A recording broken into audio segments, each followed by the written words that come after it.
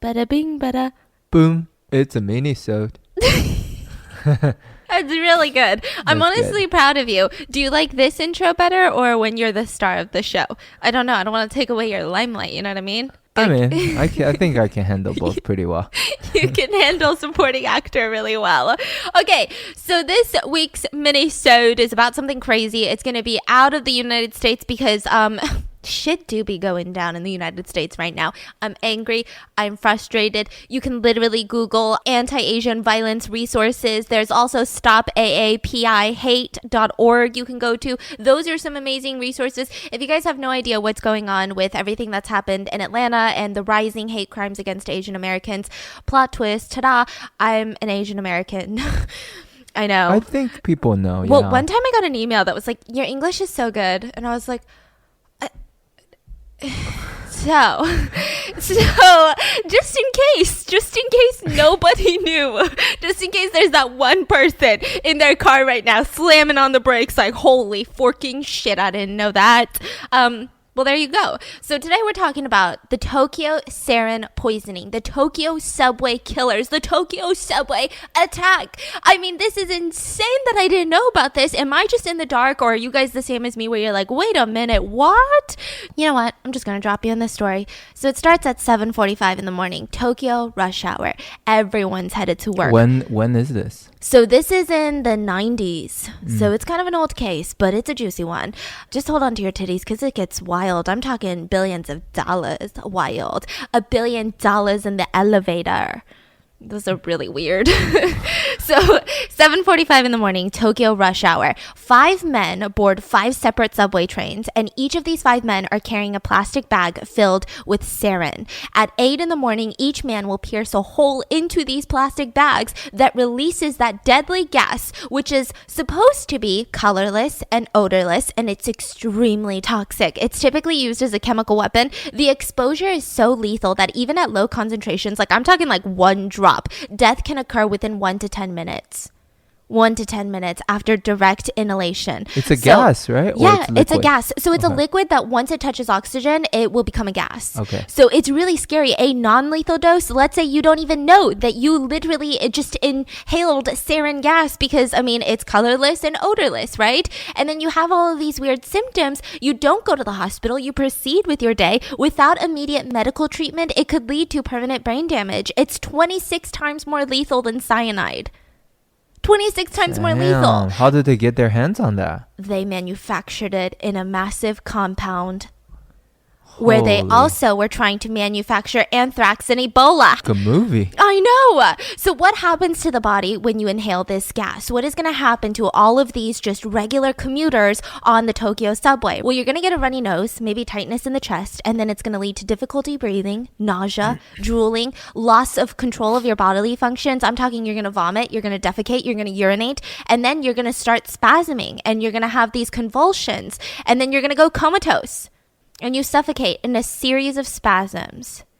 Holy cow. So obviously, this deadly gas is, it's considered a Schedule 1 substance, which means that it's a chemical weapon just by itself, and it has little to no uses outside of being a chemical weapon. Like, you can't use it to, like, manufacture a car, like, power a house, like, do some good in the world, you know? It literally is just a chemical weapon.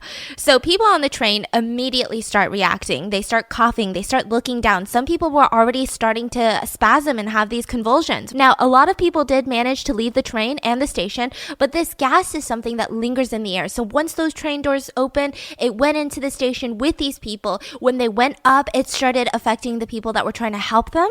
But what about the people who was in there? They immediately left.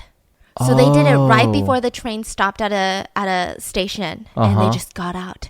They poked it with their umbrella. So they sharpened the tips of their umbrella into like these little spikes, and they poked the bags that they placed on the floor and then just ran out of there. But all of these 5 men, they were also carrying an antidote. Now, what makes this even, I know it sounds like a movie. Anytime I say the word antidote, and I'm like, is this real life? It sounds like a Marvel movie. So a lot of people were throwing up blood. A ton of them were losing their eyesight. Now, the reason that I'm kind of, briefly going over this is because we're going to get into like the real hunk of it. I'm just giving you a little teaser. Now, most surprising of this, though, are the 5 men. The most surprising are the 5 men who unleashed this deadly gas on the Tokyo subway trains. One of them had a degree in artificial intelligence. 2 of them had a degree in advanced physics. Another one was a retired senior cardiologist with wife and kids who was really respected at his hospital. And then one last of them had a master's degree in physics. 13 people died. Thousands were injured. What the fork? Why would these people come together? What do these 5 people have against the world? What's going on, right? Who did this? That was my question. I was screaming. Now, I think what makes it even worse and scarier and crazier is that Japan is actually listed as one of the safest countries. So imagine the absolute state of terror that these people were in Japan. I mean, what kind of terror attack is this? So we're going to get back to the Tokyo subway attack, but first, I'm going to introduce you to a religious organization that we now categorize as a cult, and multiple countries across the world to this day categorize as terrorist organizations. And it is called Shinrikyo. So Shinrikyo, if you translate it to English, it would be the supreme truth. That's never good. Yeah. Listen, if I hear any organization called the Supreme Truth, I'm going to say, oh yeah, I got to go home. Like, no, thank you. I don't want to be a part of that. No, I'm good. Now, the leader of this organization is very fascinating because we've got to talk about, there's the cult leader. His name was Shoko Asahara. That was not his birth name, but that was his legal name at the time that all of this took place. He was the leader. He was nearly blind. He was in his 40s. He was also a yoga teacher. It's all so confusing. Now, at this point, they weren't categorized as this, but in 2021, they would be considered like a doomsday cult. They believed that the Third World War was going to happen and it would be instigated by the United States. Now, in the 80s, when they were flourishing, this was kind of like a crazy idea. They were like, what? We just got out of World War II not too long ago. And, this is where it gets a little off the beaten path. All humanity will end except the elite who join his cult. So he starts pulling all of these ideas from everywhere. I'm talking Buddhism, Hinduism, Christianity. He loves science fiction and comic books. So he kind of just melted this all into one idea. So who the fork is this guy and why are people listening to him? I'm going to give you the rundown on his childhood. Shoko was born into a poor family. So his dad had 9 children. His mom was just taking care of the kids all the time. The dad was making tatami mats, which are like the mats and floorings for traditional Japanese rooms. Now, early on, he was diagnosed with glaucoma and he lost all sight in his left eye and he was partially blind in the right eye. So they sent him to the school for the blind and he was known to be like super charismatic. That's what everyone said. Like, holy shit, he could literally get up in the middle of the classroom and he would talk to all these students and everyone would listen to him. They have no reason to listen to him. He's not a teacher. He's not the class president, but he was incredibly charismatic. Now, at the same time, he was an insane bully because he was partially blind, whereas a lot of his peers were completely blind. So he would beat up kids and blackmail those same kids for money. He was like, you're gonna give me money or else. I don't know what the blackmail was. That wasn't very creative blackmail, but you get it. So after he graduates, he decides, you know what? I'm gonna choose a career path that is very common for blind people in Japan, which was acupuncture and traditional Chinese medicine. He gets certified and his home life becomes really insane. He gets married. He has 12 children. So I'm talking a ton of kids. Now he's like, all right, how do I support these kids? Acupuncture's not doing it. This Chinese herbal medicine isn't doing it. So he started selling like drugs without a license, but it wasn't necessarily what we think of drugs like cocaine, but it was just like pharmaceuticals, just unregulated drugs. And he started really getting into religion at this time. I mean, all of his free time, he studied all religions, but primarily initially he started focusing on Chinese astrology, such as like Chinese zodiac. So I find this so interesting. Apparently it all starts with a race. Am I right? You're like looking at me. This is like his arena. So he's like looking at me like, you don't know shit. I mean, that's just like a little story. Nobody really thinks that there was a race between 12 different animals. So apparently it all started with an urban legend of these 12 animals that were gathered. Why were they gathered? So actually there was 13 animals at first. Mm-hmm. So obviously the original 12 plus cat. Oh. But the rat hates cat. So the rat told cat a lie, saying, hey, the race is actually happening the next day or something. So the cat was sleeping when the race was happening. That's why cat didn't make it. What a little rat. Yeah. The only reason rat was number 1, so on the chart is rat, ox, and so on, right? Yeah. Is because ox runs very fast. I don't know why ox runs very fast because there's other animals. There's like a tiger, tiger. there's bunnies, there's dragon, Yeah. there's all sorts of animal. But apparently ox runs really fast. Okay. And the rat is really smart. He just sit on ox head. Oh, and then Yeah. jumped off at the end? Yes. What a So little rat became number one. What? Okay, so I looked into ours, and you guys should look into yours on astrology.com. But just be warned that if you're really sensitive, they will give you like the pros and cons for every zodiac. And I almost like cried reading my cons. I was like, I don't need to be attacked right now by astrology.com of all people. Like, what is this? They're really mean. So I'm a pig. Yeah, it's fun to say that, right? But apparently I made 12th place because I needed to stop to eat and take a nap in the middle of the competition. Huh. I know. What the heck is this? So he starts learning about these Chinese zodiac and Chinese astrology, and he gets really into Taoism, which is, from what I could Google, there's two different aspects. So there's the religious aspect, and then there's the traditional, like the tradition aspect. But overall, it just emphasizes living in harmony. And then eventually he gets involved with esoteric Buddhism, esoteric Christianity, yoga, meditation, all of these things. So he starts teaching yoga in his one-bedroom apartment in Tokyo, and he called it the Immortal Mountain Wizard Association. I'm not making this shit up, okay? And it grew a lot steadily over the years. And I think a lot of it had to do with the fact that at the time, this was like the largest economy in the world, Japan. I mean, they were really popping off. So people were like, you know what? I've got extra money. I want to join a Mountain Wizard Association, and I want to pay someone so that I can stretch. I love yoga, sorry. I can stretch and exercise. That's when you know you're like financially made it. Like you're like paying to work out, right? Now the problem with his yoga sessions is that he was kind of playing off yoga as if it was his creation.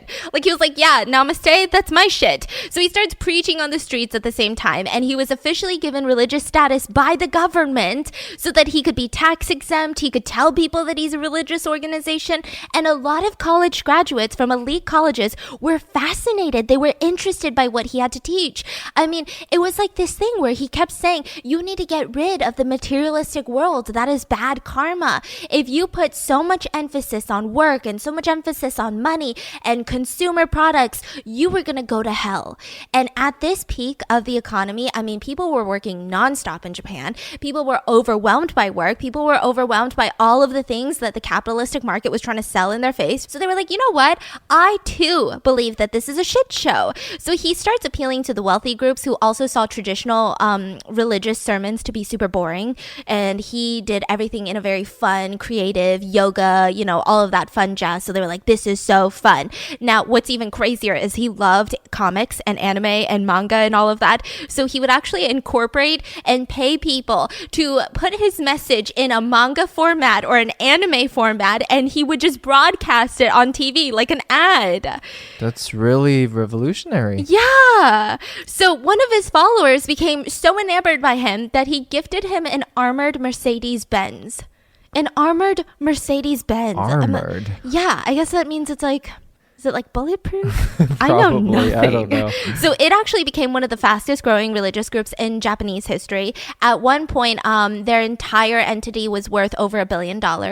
What? Yeah, over $1 billion. He's a unicorn. He's a unicorn who's Oh a my billionaire. God. And then he had this intense emphasis on recruitment and honestly propaganda. So he would go up on TV, he would see some sick people, and he would rub his thumb on their foreheads like they would lay down on national TV, and he'd be like, yeah, okay, you're sick, let me cure you. And he would rub his little thumb on their forehead, and they would start spasming out, like the whole shebang, like the whole thing. He was doing it all. He published a book, and he declared himself Christ inside of that book. We're escalating so quick, I know. Now, he also claimed that he's Japan's only fully enlightened master. He also identified himself as the Lamb of God. So he starts preaching about karma at this point, and he's saying the worse karma that you have, the worse that your rebirth is going to be, the slower that you get reborn. And because of that, you would spend a shit ton of time in hell. Do you want to spend a ton of time in hell? Now, here's the catch.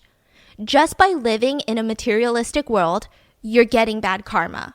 Bad karma is radiating off of the world, and you are just collecting it. So that means you have to cut off connection with everyone. You have to come and be isolated with my cult. So a bunch of people cut off connections with their families. A lot of people abandoned their children, abandoned their wives and husbands so that they could do this training. Now, here's the thing with cults and the reason that I don't think that I would make it. It's not because I think I have a strong mentality. I do not. It's because they always have some sort of training process.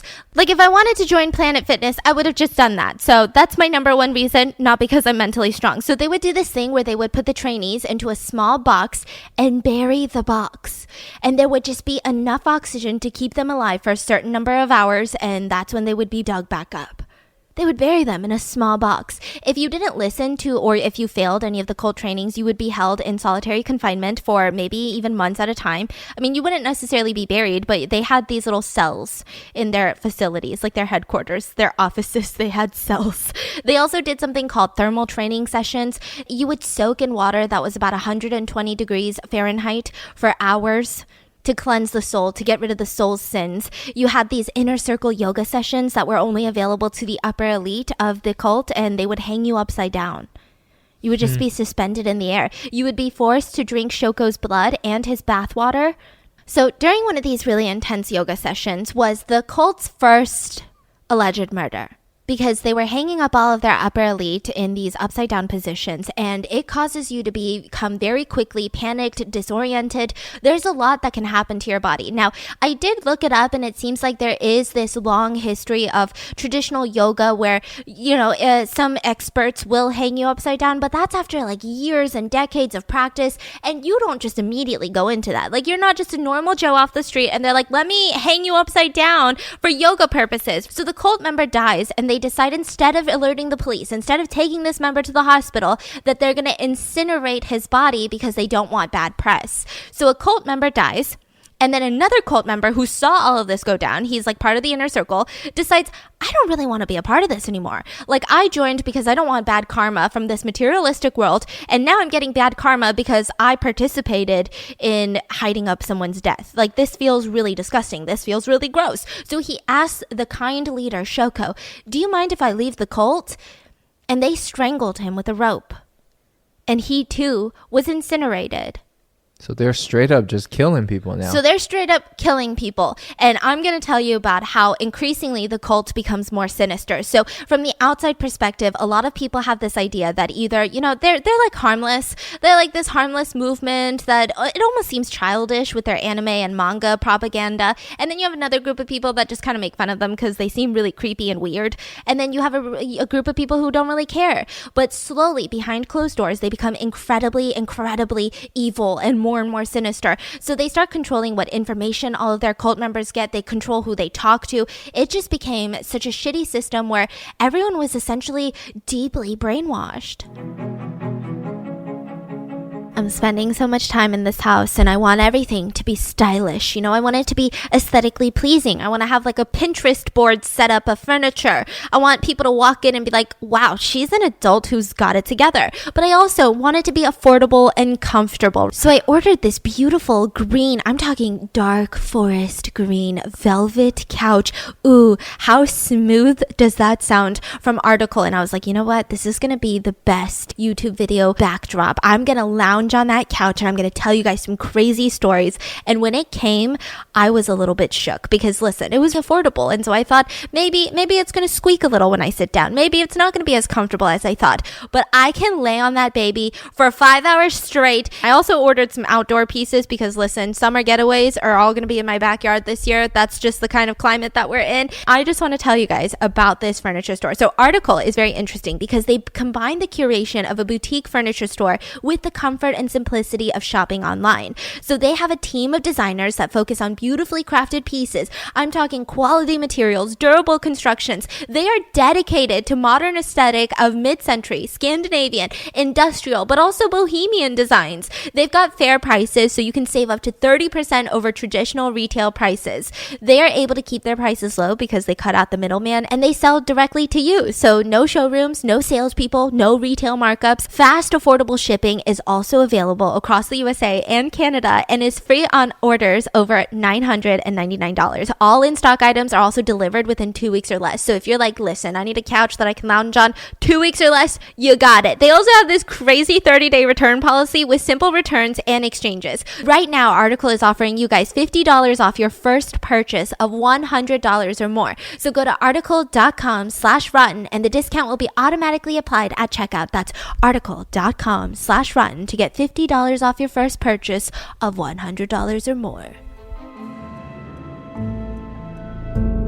So he starts telling his cult members while he's brainwashing them. Shoko said that everyone was a conspirator against them. The whole United States of America, the whole, population of Jewish people, the Dutch, and the British royal family. I don't really know how they fell into that, but they did, okay? And so he starts escalating to violence. He starts believing, hey, wait a minute. Remember how I told you guys that we're all getting bad karma just by existing in this world? Don't you think it makes sense that we have to kill everybody that doesn't believe like us, that doesn't think like us? Because if they are killed, we can save ourselves. They're getting all of this karma debt, and we don't need it. We don't want it, and we're not enough people to kind of make up for their karma debt. So we just kill them. We just kill them all. So one of the first people to take notice in the cult's really strange practices. So at this point, obviously behind closed doors, their violence was escalating. But from the public's perspective, they were weird. They were kind of childish. But there was also these small rumors that sometimes they would hold these cult members against their will. Sometimes they would force members to donate. Kind of all of that weird shit. And one of these people to notice was Tsutsumi Sakamoto. We're going to call him Mr. Sakamoto. So he was actually an anti-cult lawyer that was threatening them with a lawsuit. Now, he had already done this before with another cult, and he won the lawsuit, which rendered that entire organization bankrupt. And they were a very, very wealthy organization prior to the lawsuit. And he argued that none of this is making sense. Shoko is going around telling people, especially on television, that he's got these supernatural powers, that he can levitate, that he can, cure people. That doesn't make sense. Does that make sense to you guys? So somehow he convinces Shoko to submit a blood test. So once they get the blood test, they find that there was nothing abnormal in the blood. They're like, you keep saying that every drop of your blood that these cult members drink is just filled with these powers, and you're just like this all-knowing being. Like, why is your blood just like a fucking O negative, bitch? He was just really confused. Like, what's going on? So he started talking to a Japanese talk show, Mr. Sakamoto, and they interviewed him, and they said, okay, well, tell us all the information about the cult. You can be our anonymous source. So he's like, are you sure? Like, I'm going to be anonymous, right? So he does an interview. Now, for whatever reason, TBS, the entire network, decide to show the group, the cult, the entire interview without disguising Mr. Sakamoto, without telling Mr. Sakamoto. And so they intentionally broke protection of sources and just showed them everything. And the cult pressured TBS to take down the broadcast and not air it anymore. And they listened? And they listened. I mean, because at this point, they're rich and they're powerful. And it's a huge, scary organization. So, Shoko is increasingly getting unhinged and pissed off. So he orders his members to go kidnap the lawyer. And they go with a bag filled with 14 needles filled with potassium chloride, which is lethal in large quantities. So they enter Sakamoto's house where he was with his wife and his 14-month infant child. And they start murdering the entire family. So they hold the parents down while they inject the 14-month-old son with potassium chloride and then covered his mouth with a cloth until he died. Then they injected the wife with poison and then she succumbed to the poison. Then the lawyer, he was injected with poison, but for some reason he wouldn't die, so they strangled him to death. And they proceeded to burn all of the bed sheets. Any thing that they could have left any damaging evidence on was burned. They smashed the family's teeth so that their dental records couldn't ID them. And they placed the 3 bodies in 3 separate containers and placed all 3 of them in different prefectures of Japan, like in the rural areas. So they went missing and it wouldn't be solved for another 5 years. So Mr. Sakamoto doesn't come in for work, and the colleagues are immediately worried because, they're anti-cult lawyers. They're like, we fuck around with some dangerous people. We need to make sure that he's okay. So they call Mr. Sakamoto's mom, and they're like, hey, Mrs. Sakamoto, we need your help. We need to get the apartment door open. He's not picking up our phone calls. What's going on? What's going on? So she comes to the apartment with the key, opens the door, and it was so confusing. The baby's toys are all over the place. The dinner plates are still left out.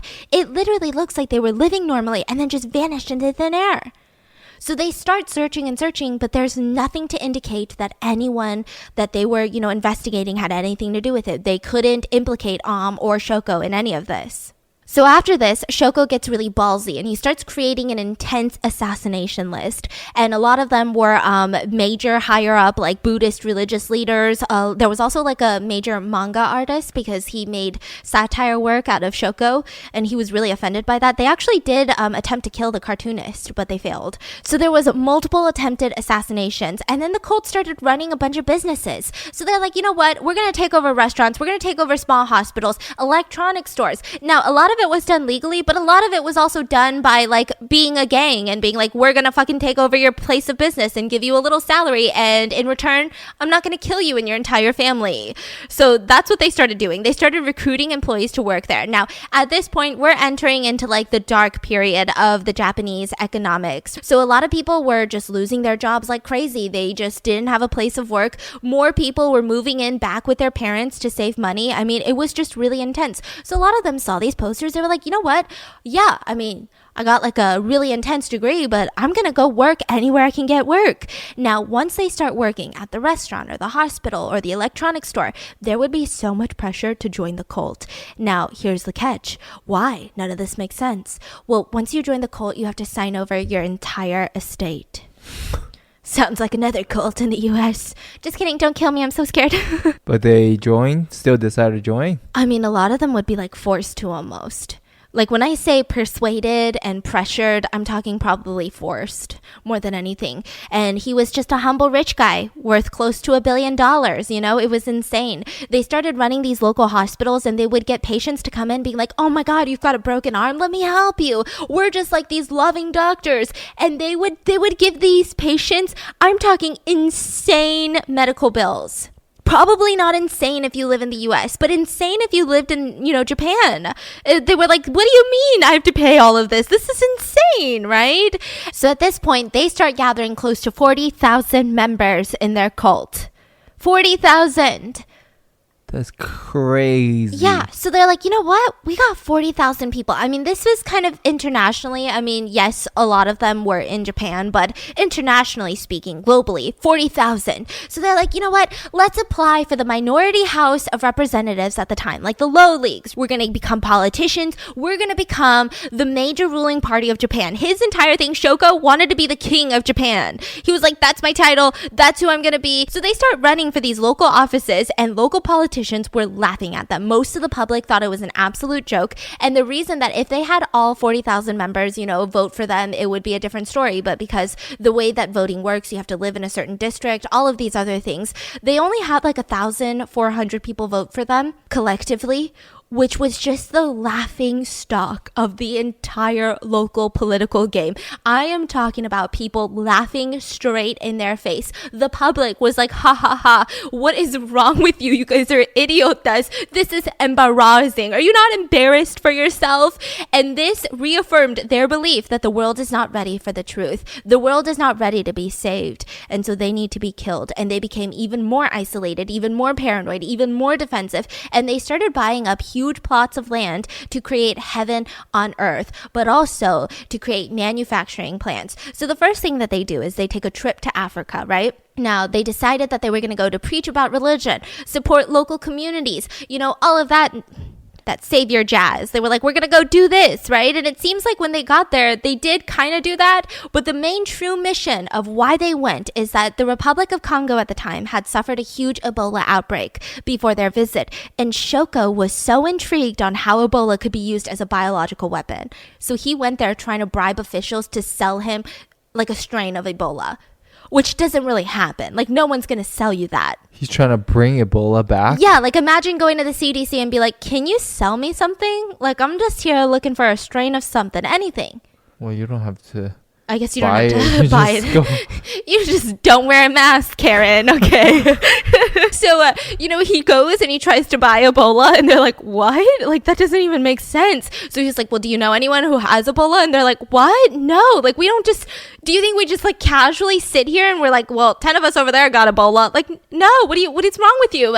So he goes back to Japan completely upset and defeated. He was like, man, I really wanted to infect the entire Japanese population with Ebola. I couldn't do that. I'm so disappointed. So Shoko decides, you know what? Let's do something with anthrax. So he decides to go into their Tokyo headquarters. They had this like high rise in Tokyo. Okay, it's like 8th floor, sorry.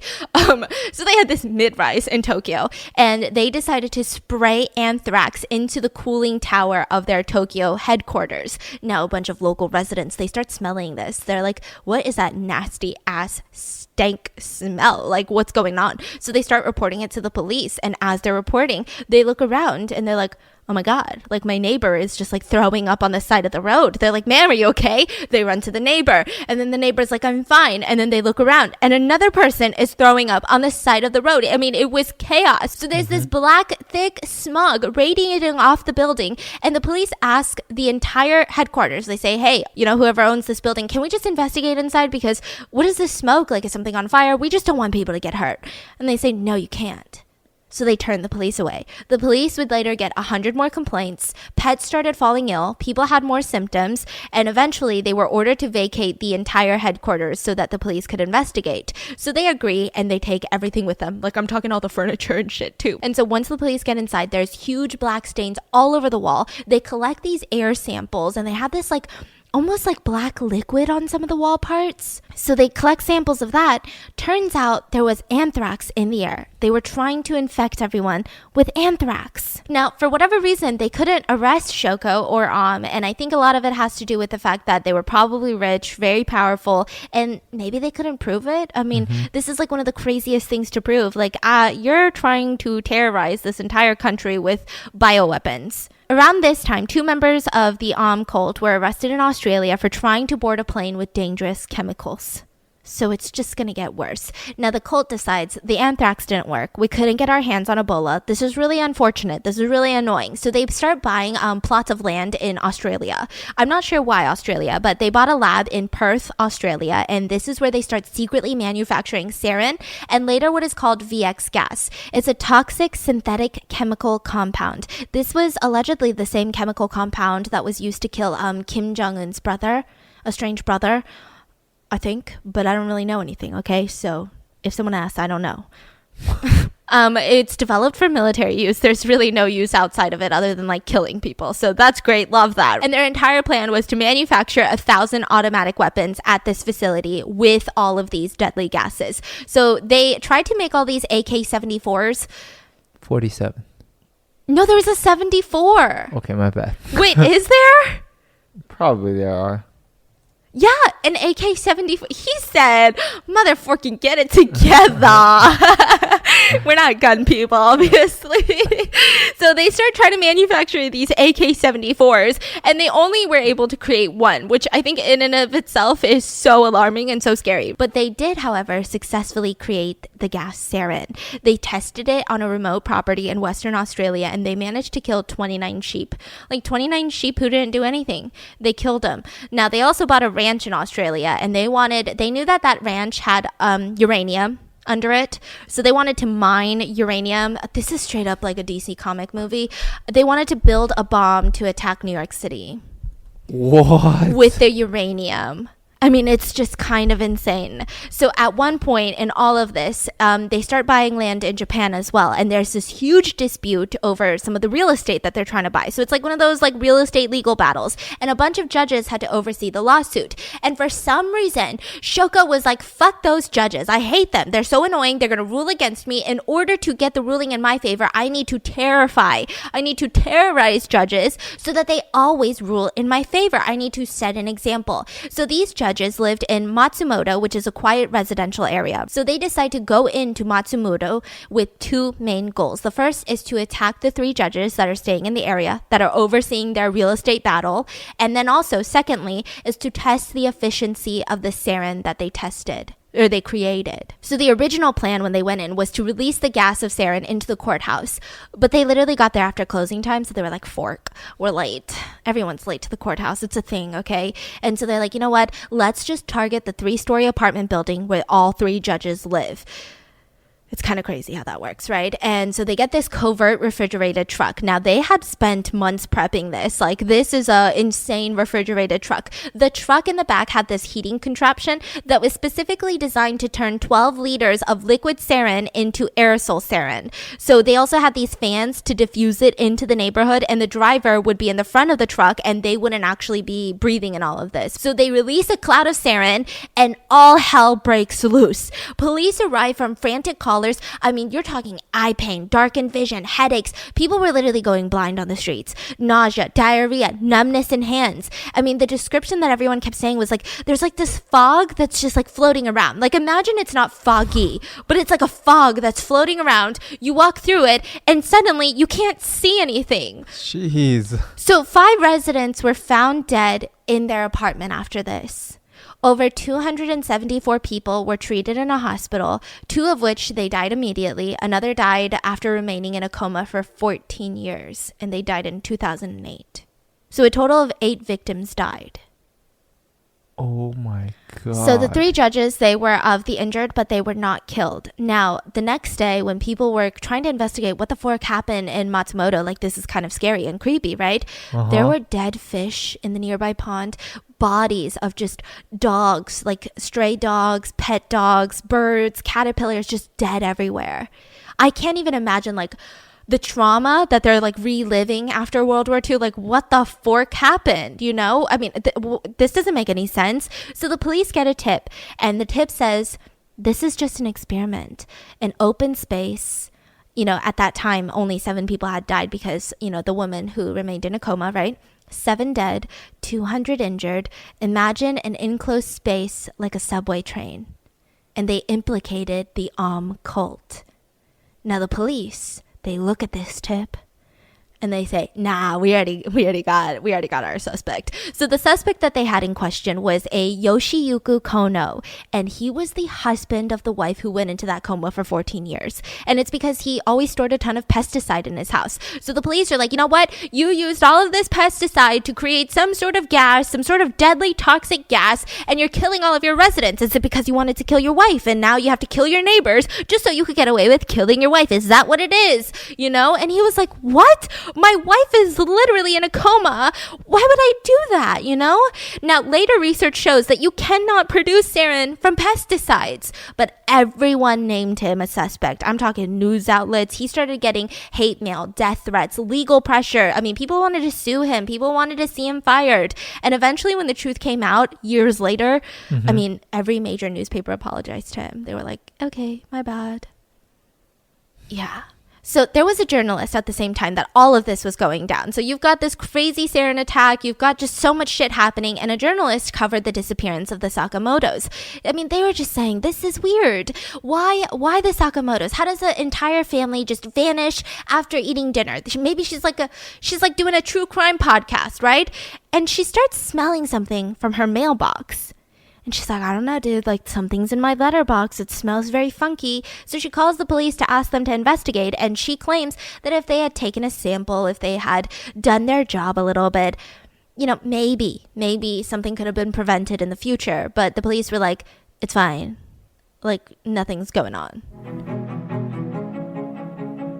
I can't be the only one that has this paranoia just like instilled into my bones, which is, you know, I don't really want kids right now, but then everyone else, including my family, they make me paranoid that by the time that I do want kids, I won't be able to have them. They're like, your time is ticking. Your biological clock is on its way out. You got to do something, Stephanie. You're probably like me, and maybe you've thought about the next step in your career and your relationship, but maybe you haven't really thought about planning for kids. Women are actually having children later in life, but biology hasn't changed. And we need tools to understand the future of our fertility. That's kind of why modern fertility was created. It's the easy and affordable way to test your fertility hormones at home with a simple finger prick. And I am so scared of stuff like this, but it was so painless. It was so simple. You mail it in with a prepaid label and you'll get your personalized results within 10 days. With traditional testing, you can go to your doctor. It's gonna probably cost you over $1,000, but modern fertility only costs $159 to get the same exact information. And if you guys go go to modernfertility.com/rotten, you can get $20 off your test. If you also have HSA or FSA, you can use those dollars on Modern Fertility.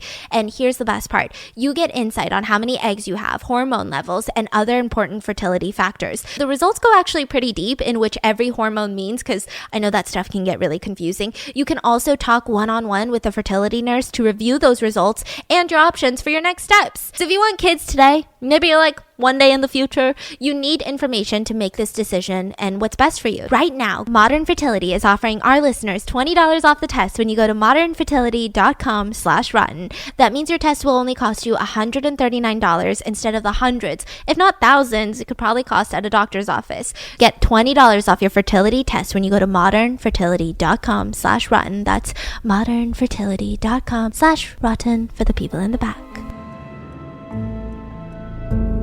So meanwhile, the cult, they believe someone's a spy. They've got their own internal problems. Maybe someone's talking to the journalist, right? What's going on? So they attacked 3 people with the VX gas that they made. 2 people were injured. 1 was killed. He died after 10 days in a deep coma, and the police had no idea who did any of this yet again. So there was also a 69-year-old man, and his little sister had actually escaped from the cult. He was kidnapped, taken into their compound, killed, and his body was incinerated. But here's the thing with that old man. He was incredibly smart. So before his death, he got a ton of calls asking for the location of his sister, who had literally escaped the cult. They were just like, hey, anonymous here, where's your sister?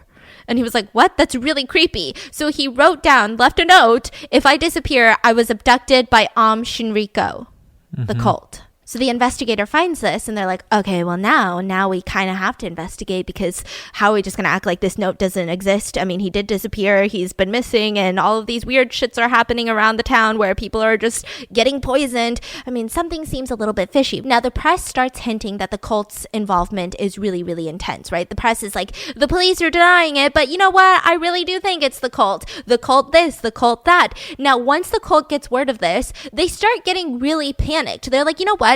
It's inevitable that the police are going to raid our compounds, that the police are going to look into us. We need to do something, a diversion, to get all of the attention away from us. What do?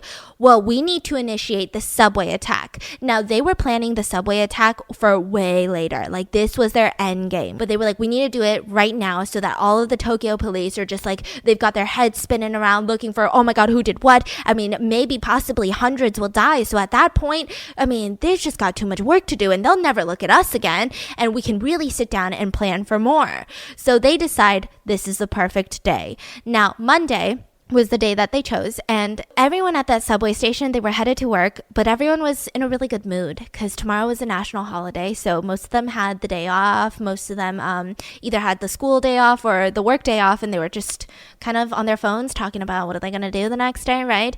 And the Tokyo subway, I'm talking rush hour. So like I said, the 5 men board 5 different subway trains, and they're all carrying those plastic bags filled with liquid that's going to turn into sarin. They all get into 5 separate lines. So one of the lines was the Chiyoda line, and the man gets on and he punctures the bag and he leaves them on the ground of the subway train, and he leaves the train once it gets to the station. That train would go on for another 4 stops, and eventually the bags were removed by train stop attendants who had no idea what it was. They thought it was trash that was left behind, and those 2 attendants would die. The next stop, they realized, hey, something's wrong with this train. We should completely stop the train and evacuate it. How did they notice? Just people are like coughing and running out of the train. Like, people said it looked like a zombie apocalypse, because it's like, what's happening? I don't see an explosion. I don't see a fire. I don't see what's wrong. Why is everyone just like collapsing out of the train? And the train attendants are like, hey, maybe we should investigate because this is abnormal. And then you had the Marinauchi line. I'm not saying any of these right, by the way. And this dude, he was so excited about releasing the sarin, the cult member, that his umbrella tip was bent at the way that he stabbed the sarin. Like, he was like ready, and sarin actually splashed on himself. Oh my gosh. The crazy thing is he had an antidote ready. They all had an antidote ready. So he administered it in the car because each one of them had a getaway car. So one person goes and another person is waiting at a specific train stop with a car outside. So they get into the car and they drive back to headquarters, right? So once he gets into the car, he administers the antidote and he ends up living. Now, this train would go for another 14 stops. 14 stops. So during the middle of this, before they even got to the initial, like the last 14 stop, 2 passengers were carried out. And one of those 2 ended up passing away. Like they had to be carried out by other passengers, by attendants. Like they were collapsing and having convulsions. Nobody has an idea either at that point. Because it's not something normal. I can't imagine being in that situation and being like, it's a deadly gas that we can't see or smell really. Yeah. You know, I'd be like, oh my gosh, that person has probably a medical history and a medical condition. Yeah. And I am feeling a little coffee. I'm not sure why. Let's wait it out. I got to get to work. So the attendant removed the plastic. Sarin is still on the ground, right? 5 stops later, new people boarded. And then eventually 2 stops later, they stopped the train and they evacuated. This line led to 1 death and 358 seriously injured. 358.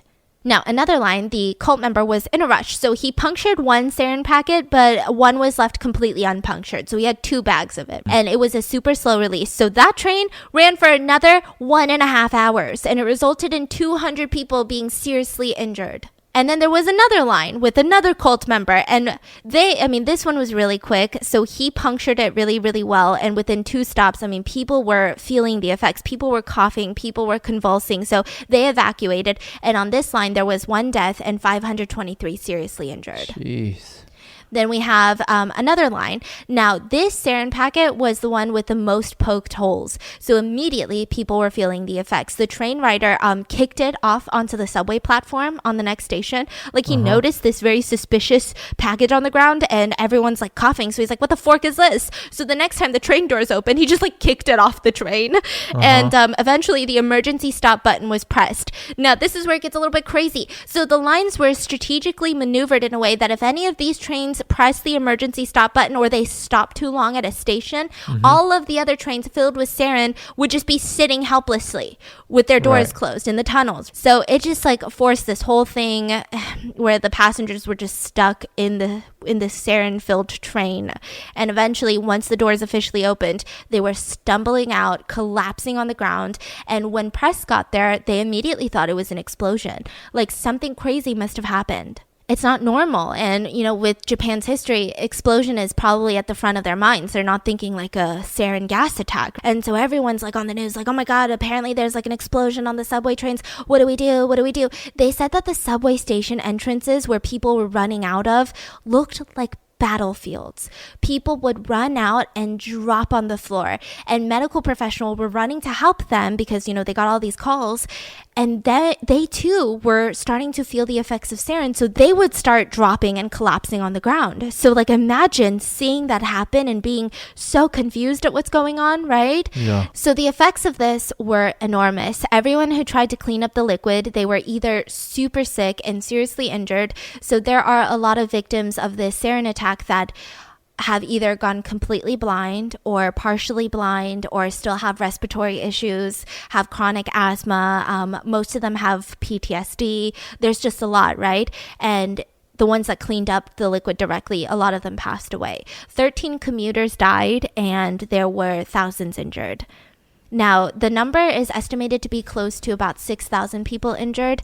Now, I'm sure I think they said like close to 1,000 or 2,000 were seriously injured, but 6,000 people, right? Here's the crazy thing. This could have been a lot worse. So because the cult was in such a rush, the production of sarin they had was a shitty production. It was only half as pure compared to the attack that they did in Matsumoto. So if they had it even more pure, authorities think that you're talking about thousands of people dying. Now, there was a lot of controversy and drama about everyone else. So obviously, immediately you're like, okay, well, like catch the killers, catch these people, right? But a lot of people were upset at every other person too, the press. So these reporters, they came out and started filming the people that were just collapsing on the ground. And a ton of them were seen by witnesses when these people who collapsed on the ground were like, hey, can you take me to a local hospital? They all hesitated because they're like, but we want to get the news, which is insane. The subway stations were criticized heavily because, that passengers are collapsing out of your train. Like, what's going on? Like, why are you still running for, 14 stops, some of them an hour and a half? That doesn't make any sense. The hospitals were criticized because a lot of them turned away patients. So they didn't have an antidote. So they were like, we don't really know what to do with you. Bye. There was one hospital who refused to even treat a victim for almost an hour. That victim begged for an hour. So it was just an absolute shit show. This kind of reminds me of what happened in Korea. There was a huge Korean subway fire, and there is just so much controversy because these subways, I mean, really, how equipped are they for emergencies like this? Mm-hmm. So now the police, they have an inkling that it is the cult, right? So they're like, you Really? know what? Now we think maybe with the tips, with all of the people saying it was the cult, all of these reports that we're getting that the cult allegedly murdered cult members that tried to escape, we should probably look into them, right? So they start raiding the headquarters of the facilities, and they find some crazy stuff. They find explosives, chemical weapons, a Russian military helicopter. So this Russian military helicopter was actually equipped so that it could go over Tokyo in busy parts and just drop. release deadly gases. Oh my God. There were stockpiles of chemicals that, if produced into sarin, right, it could have killed 4 million people. They found the labs that they used to manufacture LSD with meth, a crude form of the truth serum, which allegedly can make people tell you the truth and like makes them kind of go crazy. There was a safe containing millions of dollars of U.S. currency, dollars, yeah, and there was cash, there was gold. It was just insane. Also in their facilities, they had prison cells, and a ton of them still had prisoners in there. I'm talking like men, women, and children just in these prison cells. Like, oh, hey, we've been in here for months. This is crazy. Yeah. So they start just mass arresting every motherforker. I'm not sure about the exact number, but it seems to be somewhere near the hundreds that they arrested of cult members that for various charges. So not all of them were linked to the subway attack or to murders, but it could be as easy as coercion or, you know, this or all of that. Now, the police chief, the chief of the National Police Agency, during this investigation, he walked out of his house to go to work, and he was shot 4 times outside of his house. He was badly wounded. Now, he did end up surviving, but, I mean, no one has been charged to this day. The popular speculation is that it's part of the cult. They don't know who was a part of the cult, but it seems like it was the cult, right? Yeah. And then almost soon after this, there was a call from the Tokyo subway station, and they said, hey, listen, inside the bathroom, there's this burning paper bag. I'm gonna need y'all to come check it out. So the police come, and inside of that burning paper bag is hydrogen cyanide. It's like a device, like a bomb. And if they did not find it and extinguish it in time, this would have gone into the ventilation system and killed close to 10,000 commuters that day. 10,000 people would have lost their lives because of this. So they start searching more subway stations because they're like, you never know. Better to be safe than sorry. Wait, did they arrest the main guy yet? No. They're looking for him. They don't know where he is. He ran away. Yeah. He's like on the run. They're like, where is this forker? We can't find him. Now, there were several, when they do the, searches through the subway stations, they found several undetonated cyanide devices in other Tokyo subway locations, like in the bathrooms, hidden somewhere. If they were detonated collectively, it would have killed over 100,000 commuters. 100,000 commuters. So then another cult member gets killed on like live television. Okay, well, not necessarily live television. So there was a senior member of the cult that was outside of the Tokyo headquarters of the cult, and a Korean Yakuza member came up and stabbed him to death while there were approximately 100 reporters in front of the Tokyo headquarters, like with their cameras. So this Korean Yakuza member was arrested and convicted, but they never really said why they did that. They never really mentioned why they killed that person. I don't know. Seems like a Yakuza personal thing. I don't know. I'm so scared of the Yakuza. What am I not scared of at this point? So they started arresting everyone affiliated with the cult, not just like the 150 that actually did crimes, but just like anyone associated, because I mean, it's just so terrifying. Like, just arrest them all. Now they find out that a lot of these members, they had no idea about this. I mean, they knew about the rhetoric of like, oh yeah, bad karma, materialism equals bad karma. We're living in a crazy world, but they didn't know that they were going to go kill these people. They didn't know that there was sarin being produced. They thought that they were just buying up farms in Australia to create heaven on earth. What the fork? Like, we thought we were going to go live with the sheeps. That's what they were saying. I mean, what? So they were obviously released after, they fact checked them and all of that. And 2 months after the attack, they're searching the headquarters again. And they realize, wait a minute, this wall looks a little bit weird. They break down the drywall and it's a fake wall. So it's like a wall room, and that's where Shoko was living with his greasy hair now just stuck all over his face with a bunch of stockpiled food. It looked like he had planned to stay there for a hot minute. He legit just chilling in there. Chilling in the wall. So they arrested him, just chilling in the wall as they're doing more searches of the headquarters. Now, the same day, the cult mailed out a bomb to the governor of Tokyo, and the secretary opened it, and many of her fingers were blown off in the explosion. Wow. So at this point, I mean, Japan is not looking at these people with any leniency. So they were charged with 23 counts of murder and 16 other offenses. Now, his first excuse, Shoko's, was that, wait a minute, I'm legally blind. I can't be blamed for the attack. I didn't tell them to do that. And because I'm legally blind, there's no way that I physically could have carried out the attacks myself. He just really had no dignity. Like, he just threw those other people under the bus. He was like, my cult members that I brainwashed? What? That's insane. That's all their faults. What's wrong with them? Now, the senior members of the cult, I'm not trying to get sympathy for them, but they did accept what they did, and they said that they weren't brainwashed. They did it on their own volition. They did it for their own reasons, that they were going to save the human race, which people thought that was so strange. So he gets arrested. Now you think, okay, like Tokyo's going to calm down. But then one of the largest airlines in Japan gets hijacked.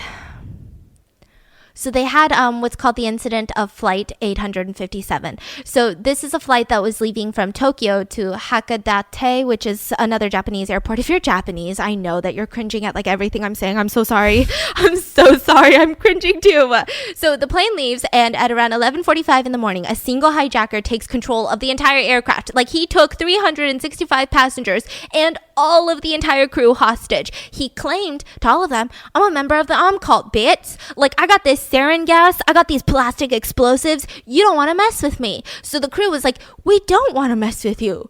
What do you want? And he said, all right, here's my first demand. We land safely, okay? Second demand, you release Shoko. You call Tokyo.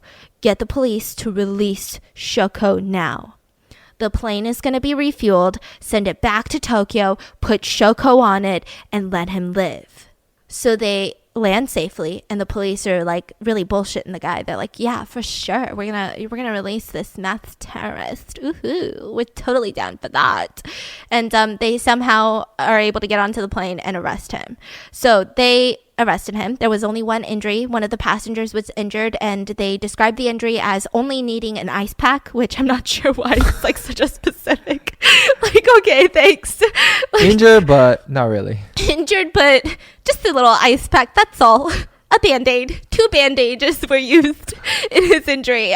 The hijacker was actually a 53-year-old bank employee who was placed on leave for a mental disorder, and the plastic explosive was made out of clay, and the sarin that he showed around to the crew was just water in a bag. And he was not part of the cult, from what people can tell. But it seemed like maybe he had seen them on TV, had an intense belief of what they had to say. But it doesn't seem like he was a card-carrying member. Uh-huh. He got 10 years in prison, and the government received a lot of criticism because they were like, yeah, you should have totally disbanded these people. Like, what's going on? How are there still some people that are part of the cult right now? This is insane. So then the trial happens. Now, this is what was deemed in Japan as the trial of the century, which I can imagine, like, this is insane, right? Now, it seems like during all of this, Shoko seems just mentally unhinged. Like, he's just, like, whispering to himself during the entire, trial, and that became a huge controversy because it's like, is he faking it? But what if it's real? Like, if he's real, then we can't really charge him. Like, we can't convict him right now because he's mentally incompetent to stand trial. So here's the catch. He never gets a full psychiatric assessment, even though he was begging for one, because it was well known in Tokyo that if he got one, he probably would be deemed mentally incompetent to stand trial. And they were like, not today. We don't care. Another thing is, if he is deemed mentally ill, they would never be able to give him the death penalty. And it seemed like most of Japan, all of the politicians, for their own reasons, I'm sure, and the rest of the public, they wanted all of these people to get the death penalty. I mean, if this doesn't get the death penalty, what the fork gets the death penalty, right? Mm-hmm. That's what a lot of people are thinking. And so he starts falling apart in prison while he's waiting for all of this to be over. He starts refusing to talk to people. He starts being spoon-fed. He's like wearing adult diapers because he starts just defecating himself. And he was sentenced to death. And he tried to appeal it. It didn't work. And all in all, they had 2 rounds of executions in 2018. So like 2 rounds. yeah. So total, I believe it was 13 members that were executed by hanging in 2018. From this group. And this became a huge international human rights issue, just internationally, but also a huge Japanese human rights issue because, you know, I think when you're in the heat of the moment, you're like, yeah, death penalty. But then like decades later, you're like, wait, maybe we shouldn't do that. And a lot of the Japanese people, like the public, they were saying, yeah, okay, like take Shoko out, fine, kill him, right? That was really crass, sorry. Like, you know, execute Shoko. We get it. We understand he has this power to manipulate people and brainwash people, and what he did is disgusting. But what about the other cult members? They were brainwashed. Wouldn't it be more beneficial to general society if we kept them alive and we try to learn from them? Now, here's the shocking part. The group is still running to this day.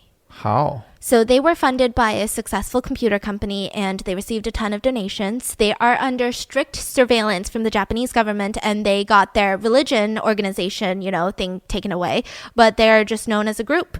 The group itself apologized and established a special compensation fund for the victims, but it gets controversial. So they changed their name to Alifa, and in 2013 there was an investigation held at their headquarters because they found a photo that was taken inside of the facility and it showed a bundle of papers that had a knife pierced through it on what looked to be an altar. So the authorities are looking at this and they're like, hey, does this look like some cult shit to you? And they're like, yeah, it does. So they raid the compound and they find that those papers, the bundle of papers that had the knife pierced through it, were photographs of employees, directors, police officers, and lawyers who took down Shoko. So they were like, you can't do this anymore. Oh my God. So that was in 2013. In 2016, the Russian government got involved. So apparently there was a bunch of them flying to Russia and trying to recruit people. So they opened a criminal case against the followers and conducted raids in Moscow and St. Petersburg. And they declared it a terrorist organization and banned Alifa from ever entering their company. Country? Oh shit, country, but also company. So in 2017, there was another raid. A woman comes to the police station saying, oh my God, I tried to, they told me that I was going to get enlightened. They told me that I was going to find my way of life. And then they forced me to pay thousands of dollars for these strange study sessions where they wanted me to worship a dude, like a dead dude. I don't know what's happening. What do I do? So they got raided for their recruiting practices. And then in 2019, there was a massive car accident. So in 2019, on New Year's Day of 2019, a cult member intentionally rammed into pedestrians on a crowded street in Tokyo.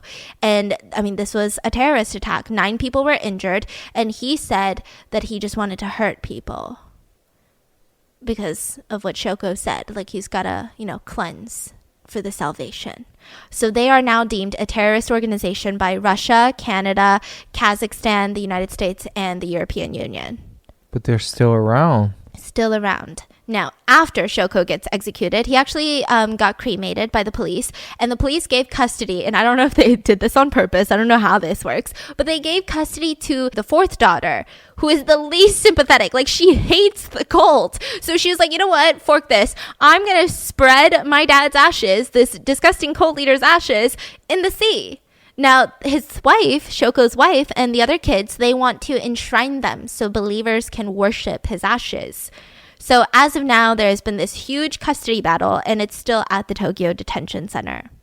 For the ashes? Yeah, because she's like, no, fork this cult. I don't want people to worship this guy who killed people. That's disgusting. I want to spread it out in the sea and just be done with it. And the rest of the family is like, no, we need to give it to the believers. So a lot of people who study cults, they had this to say about this particular one, that in a free world, it's hard to make decisions. So you sometimes find peace in an absolutist cult.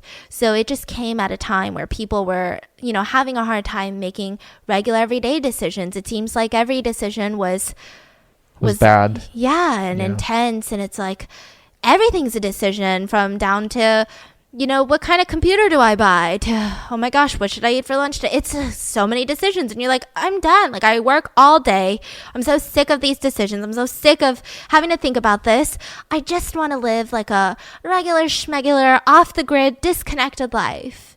And so he really appealed to those audiences. Now, the victims. A lot of them have PTSD, and I think that this is so infuriating because a lot of them are scared to take the subway, but financially they can't do anything else. They have to take the subway. I mean, they said it's like living through the trauma every single day. There's like this unavoidable panic that you have to face at least twice a day. And what can you do about it? Now, one of the wives, her husband was a victim who passed away in the attack. He was an attendant at the train station who helped clean up the sarin, and he passed away. And she fought tirelessly for the victims' families to get compensation. Mm-hmm. She says, this is what we need. This is not okay, right? And finally, the legislation passed and they were approved. The Victims Fund was approved to get compensation after the attacks. Mm-hmm. And she said she was so excited. She was so happy. She wanted to run home and tell her husband that they did it. And immediately, when she wanted to do that, she just broke down. Because I think, and I think a lot of victims' families do this. They spend so much of their time and energy, trying to get justice, trying to get, that they don't really, and then it just hit her. So that's the story of the Tokyo subway attack. I mean, I don't really have words. It's so insane. It's crazy how people think that their beliefs are so great that they got to kill other people for it. Like, what? That's not a good belief. Let me know. What are your thoughts on this case? I hope you guys enjoyed, and I'll see you guys Wednesday for the big episode. Bye. Bye.